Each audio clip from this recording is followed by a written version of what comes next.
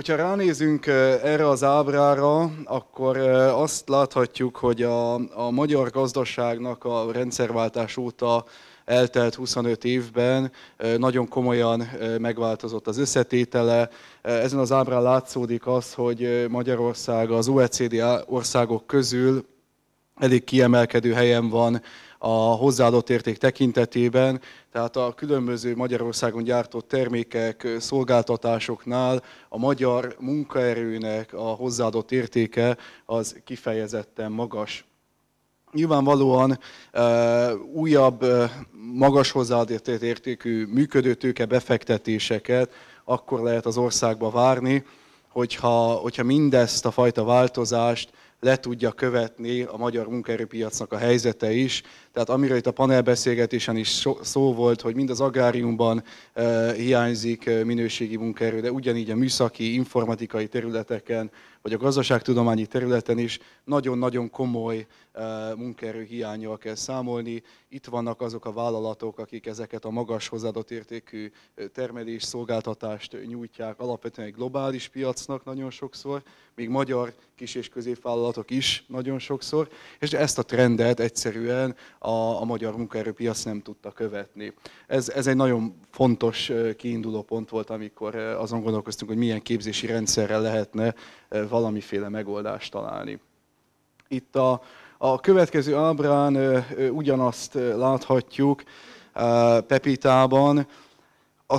Az egy nagyon fontos alapszám, és erről rendszeresen elfeledkezünk, hogy 2010-hez képest 2020-ra 18,3%-kal fog növekedni a magyar munkaerőpiacon a felsőfokú végzettségűek iránti kereslet.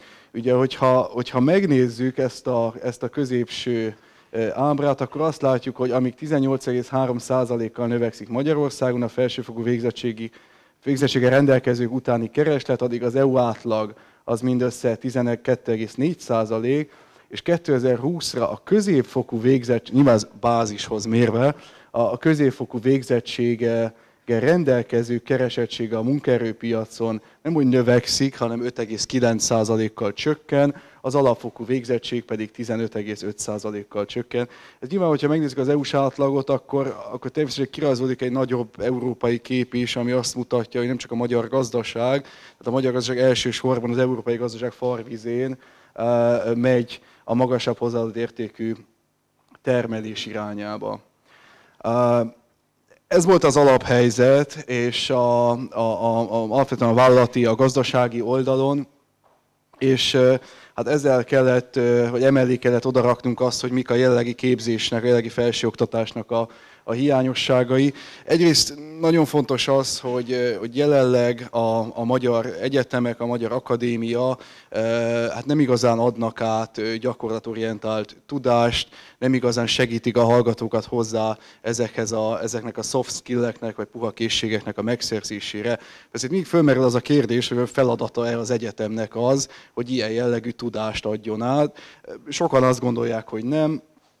Én azt gondolom, hogy valahol a kettő között van az igazság. Az egyetemnek nyilvánvalóan az első számú feladata az, hogy az elméleti tudást átadja. Persze ebbe egyre több gyakorlati elemet kell behozni, de emellett ez nagyon hatékonyan, nagyon gyorsan a jelenlegi akut munkaerőpiaci problémákra válaszolva csak úgy oldható meg, hogyha a vállalatok is egy komoly részt vesznek ki ebből. A másik indok az volt, és majd erről mutatok egy pár diát, hogy Németországban, Ausztriában, de akár Hollandiáról is beszélhetnénk, ezek a fajta duális vagy kooperatív képzések már azért 40 éve bizonyítanak, és hát sokan mondják azt amúgy, hogy a német gazdaságnak az egyik sikere az alapvetően ezen a képzési típuson alapul.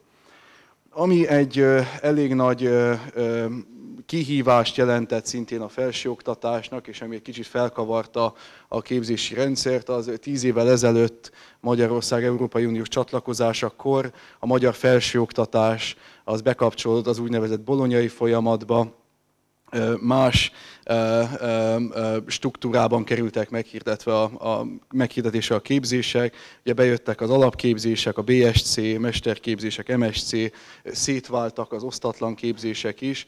A BSC-be egyre több dolgot kellett, amíg ez korábban egy osztatlan képzésként tudott működni, egyre több elméleti tudást kellett belesűríteni, hogy egy használható, legalábbis elméleti szinten használható mérnököt kapjunk a 3-3,5 év végén, és ez jelentősen kiszorította az addig esetleg meglévő gyakorlati tudás megszerzésének a lehetőségeit.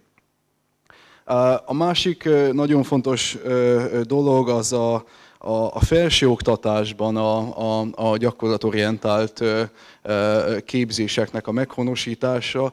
Hát ahogy itt elhangzott szintén a panelbeszélgetésnél, az nagyjából most a reális cél, hogy 2020-ban a releváns szakterületeken a hallgatóknak a 8%-a kezdje meg duális formában a képzését. Ugye ez elsősorban nem felsőoktatási kapacitáson múlik, hiszen a hallgatók ott vannak, ez elsősorban a vállalati kapacitás kérdése, hány hallgatót tudnak a vállalatok érdemben a meghatározott minősítési keretrendszer alapján fogadni. Illetve a soft skill-ekről már beszéltem, ezt nyilván megköveteli az ipar, de jelenleg ennek nem igazán van meg a helye, hogy kinek, hogyan kellene ezt oktatnia.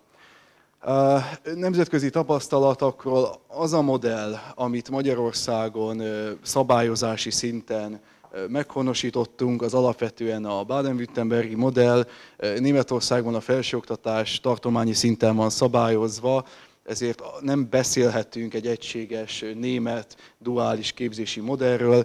Mi a Baden-Württembergi modellt vettük át és adaptáltuk. Itt a képzés sikerességét abszolút jól elmondja amúgy ez a két ábra. Hát itt a gazdasági válság az ugye 2008-ban egy kicsit azért ott később érezteti hatás, hogy kicsit bekavar itt a vállalati partnerek számánál, de azért egyértelműen egy növekvő trend mutatkozik 74 óta, mind vállalati, mind pedig hallgatói létszám tekintetében.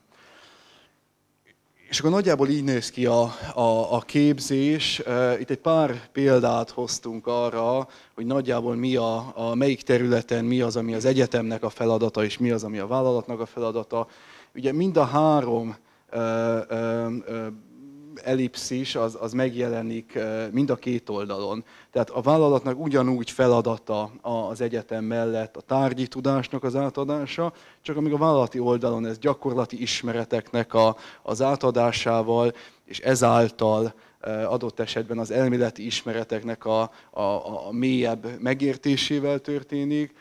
Ugyanígy a módszertani ismereteknél, amíg az egyetemen kutatási, számítási munkákba tudják elsősorban bevonni a hallgatót, és azt hiszem, hogy ez is az egyetemnek a feladata, ez az, amit ő jól tud csinálni, addig a vállalatnál a módszertani ismeretek azok adott esetben projektmunka keretében kerülnek átadásra. Illetve nagyon fontosak a szociális készségek. Itt ugyanúgy az egyetemnél a prezentációs technika például, ami egy teljesen életszerű, ott jól elsajátítható tudás, és ugyanúgy egy mindennapos tudás a vállalati oldalon, például a tárgyalás technika, amit ott lehet sokkal könnyebben és jobban átadni. Hazai példák első eredményei. Itt ebben nem mennék annyira bele mélyen, mert rektorasszony majd az utánam következő előadásban ezeket részletesen elmondja. Az látszódik, és szerintem ez a legfontosabb üzenet itt ezzel kapcsolatban, hogy amíg egy normál képzés esetén a hallgatónak az az első számú szempont, hogy milyen annak a felsőoktatási intézménynek, ahova jelentkezik a képzési portfóliója, milyen annak az oktatási minősége, adott esetben különböző rangsorokban mérve, addig a duális képzésnél ez egy kicsit, ha nem is fordul meg, de azt hiszem, hogy kb. Ugyanolyan súllyal esik az latba, hogy egy adott felsőoktatási intézmény az milyen vállalati partnereket tud felmutatni, az adott hallgató milyen vállalati partnerhez tud bekapcsolódni. Nyilván az, hogy a Kecskeméti Főiskola az hát azért, hogy a 2010-es, 11-es években nem mondhatjuk, hogy az ország legjobb műszaki felsőoktatási intézménye volt. Ezt a helyzetet amúgy mára teljesen sikerült megfordítani azzal, hogy a hallgatók elsősorban azért mennek Kecskemétre, mert a Kecskeméti Főiskola együttműködik két alapvetően elég vonzó globális multival, a Knorr-Bremsével és a Mercedes-szel. Ezért ezt rektor asszony már részletesen elmondja, ezért itt 25 helyre 300 jelentkező volt, és hát olyan diákok is felvételre kerültek, akik a pontszámuk alapján akár a Budapesti Műszaki Egyetemre is mehettek volna.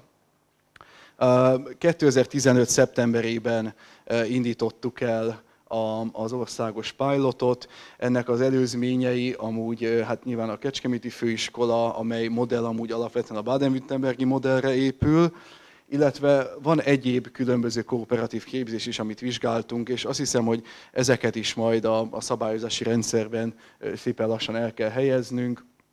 Úgyhogy a Széchenyi István Egyetem Audival együttműködésben egy úgynevezett Prakting rendszert üzemeltet, Miskolci Egyetem ipari tanszék formájában folytatott duális képzése, itt például a NEMAK az, ahol ugyan Győrben van maga a cég, de a Miskolci Egyetemnek Győrben van a cégnél kihelyezett tanszéke, illetve a Nyugat-Magyarországi Egyetemnek a Zalaegerszegi Mechatronikai Képzőközpontja, ami szintén nagyon érdekes dolog a rendszerben. Itt alapvetően KKV-k fogtak össze és adják össze azt a tudást, azt az eszközparkot, hogy közösen hallgatókat tudjanak képezni. Itt nagyon gyorsan a duális képzési tanács, a duális képzési tanácsnak egy rendkívül fontos kulcs szerepe van a képzésben. Egyrészt a duális képzési tanács az, aki a szabályozási feltételeket kialakítja, másrészt a tanács az, aki minden egyes szak vagy vállalat esetében a kialakított kritériumrendszer alapján meghozza a döntést. Ez egy félig-meddig automatikus rendszer, de itt a tanácsnak mindenképpen van egy rendkívül fontos szerepe. Így épül föl a tanács. A duális képzési tanácsot Rudnai elnök úr vezeti, ő beszélt itt előttem. A duális képzési tanácsnak a titkársága, hát félig meddig a felsőoktatási államtitkárságon, de most már egyre inkább, ahogy operativizálódik a feladat, az oktatási hivatalban van ennek és lesz ennek a jövőben a helye. A tanács alapvetően három részre osztik, egy intézményi munkacsoport, akik az intézményi kérdésekkel foglalkoznak, vállalati munkacsoport, illetve a szakbizottsági biztosnak a szerepe.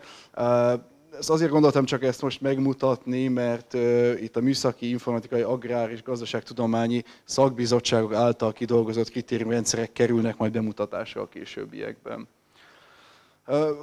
Alapvetően ez az a stratégia, amit december 22-én elfogadott a kormány, és amiből maga a duális képzésnek a rendszere, a duális képzési tanács és a mai rendezvény az levezethető. És erről már beszélt államtitkár, én ezt most nem ismételném meg. 8% az, amit 2020-ra kitűztünk számokban, és azt gondoljuk, hogy a duális képzés önmagában az mind az oktatási innováció, mind pedig a teljesítményelvű felsőoktatási és tanulási környezet stratégiában megfogalmazott célkitűzéséhez hozzájárul. Jó, ezen azt hiszem, hogy részleteiben végig fogunk menni. Erre a honlapra hívnám fel a figyelmüket, mint abszolút hasznos információ. Minden, ami ma elhangzik, az amúgy videófelvétel formájában fölkerül a honlapra. Itt megtalálják a duális képzési tanácsnak a küldetéstudatát, bocsánat, a missziós üzenetét, küldetésnyilatkozatát, illetve minden alapvető információt, amit a képzéssel kapcsolatban tudni kell. Van itt egy úgynevezett gyakran ismételt kérdések rész is, ahol mind a hallgatóknak, mind a vállalatoknak, mind az intézményeknek próbálunk az összes kérdésére válaszolni. De ezzel együtt a dkt@emi.gov.hu e-mail címen folyamatosan elérhetőek vagyunk, és ha bármilyen kérdés felmerül, de akár személyes konzultációra is folyamatosan nyitottak vagyunk és leszünk is, úgyhogy nyugodtan keressenek minket. A duális képzés 15-ben és 16-ban körülbelül így nézett ki a hallgatói vállalás, ebből az előbb elmondott számokig jutottunk el. Abszolút új a rendszer, ezek voltak az előzetes elképzelések, és ez lett belőle a realitás. Ezek ettől függetlenül olyan számok, amiknek kifejezetten örülünk.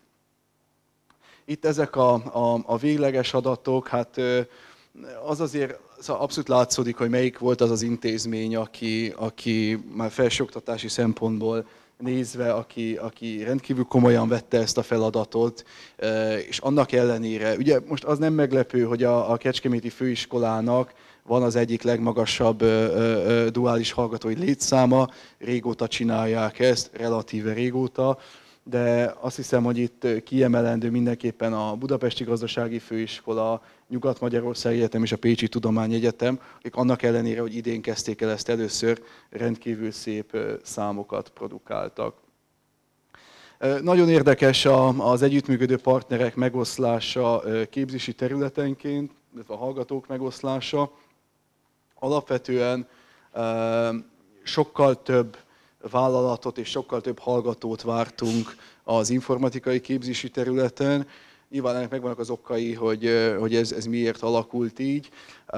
Beszélünk folyamatosan az Informatikai Vállalatok Szövetségével, illetve a különböző cégekkel.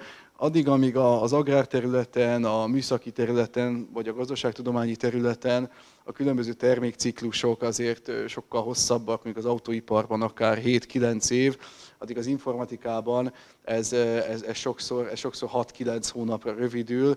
Ez a fajta szabályozott 3,5 éves képzés ezen a területen kifejezetten olyan vállalatok tudnak ennek megfelelni, akik jó előre látják a különböző üzleti terveiket. Ezek az informatikai hallgatók is alapvetően különböző autóipari vagy egyéb más műszaki területen dolgozó cégeknek az informatikai részlegein kerültek befogadásra. És akkor a 2016-os 17-es tanév képzés indításának az ütemezése, ez többször elhangzott ma is, november 27-ig várjuk a felsőoktatási intézmények és a vállalatoknak az együttműködési megállapodását, amiben rögzítendő, hogy melyik szakon körülbelül hány hallgatót kíván a vállalat fölvenni.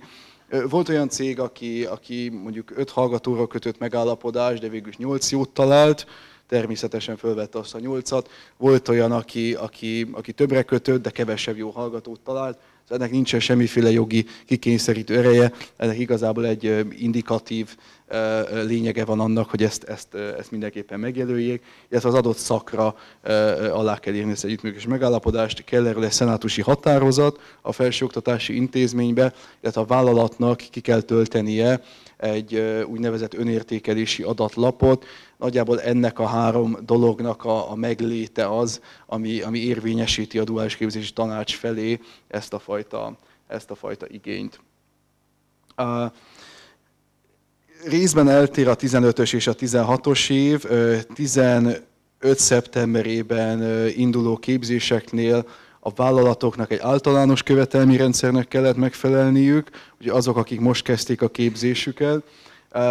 Közben a tanács azt gondolom, hogy elég szép teljesítménnyel, nagyon rövid idő alatt elnök úr által elmondva 80 külső-belső szakértő bevonásával, és a 4 szakbizottságban kidolgozásra kerültek a részletes követelmények. Azok a vállalatok, akik 16-17-es tanévtől szeretnének felsőoktatási intézménnyel együttműködve duális képzést indítani, már ezeknek már amúgy a honlapon elérhető részletes követelményrendszernek kell majd megfelelniük. Változik egy kicsit az önértékelési rendszer is. Eddig egy alapvetően ilyen regisztrációs űrlapoknál látott rendszerben kellett az adatokat fölvinni.